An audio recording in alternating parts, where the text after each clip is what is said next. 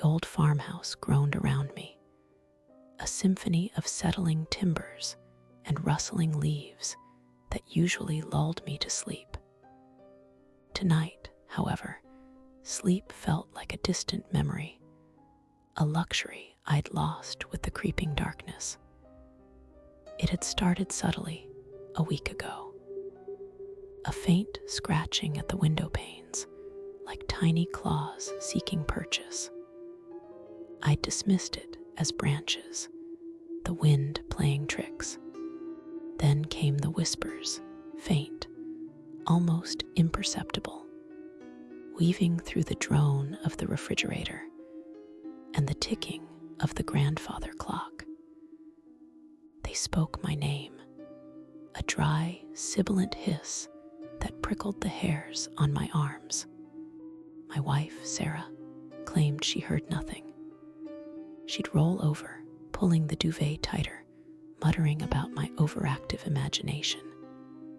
But the whispers grew bolder, coalescing into guttural murmurs just outside our bedroom door. One night, I saw it. A shadow, impossibly tall and thin, contorting itself against the hallway wall, elongating and shrinking with a sickening fluidity. It had no discernible features, just a deeper patch of darkness within the gloom. I'd frozen, my heart hammering against my ribs, until Sarah stirred, and the shadow dissolved back into the mundane darkness of our home. Last night, it escalated. A rhythmic thudding began at the basement door, a sound too deliberate, too heavy for a stray animal. Sarah was finally convinced. We huddled together, listening as the thudding intensified, the wood of the door groaning in protest.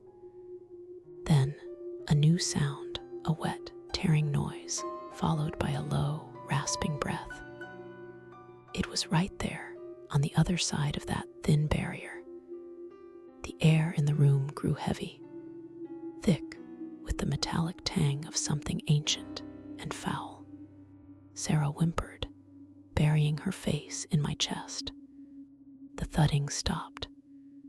A pregnant silence descended, broken only by the frantic beating of our own hearts. Then, a single, deafening crack. The basement door splintered inward.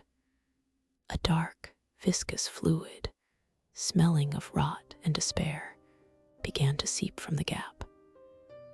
Sarah screamed, a raw, animalistic sound. I pushed her behind me, my hand trembling as I reached for the heavy iron poker by the fireplace. From the darkness of the basement stairwell, a shape began to emerge. It was hunched, impossibly jointed, its limbs moving with a jerky, unnatural rhythm. The whispers were louder now, a cacophony of tormented voices, swirling around us, pressing in. They spoke of hunger, of an ancient thirst that could only be slaked by fear. I could see eyes now, not two, but a multitude glinting with malevolent intelligence from the shifting mass. They were not the eyes of any creature I had ever known. They were holes ripped into reality, brimming with an infinite, consuming void.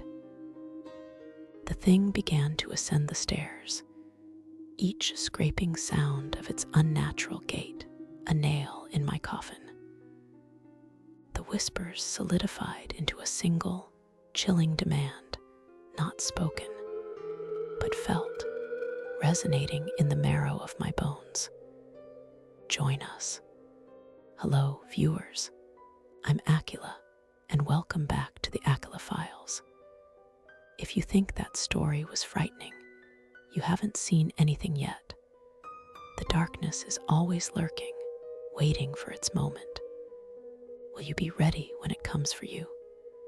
Subscribe now before it's too late, and don't forget to turn on notifications so you never miss a chilling tale from the Aqeela Files. were all just stories waiting to be told or to be consumed.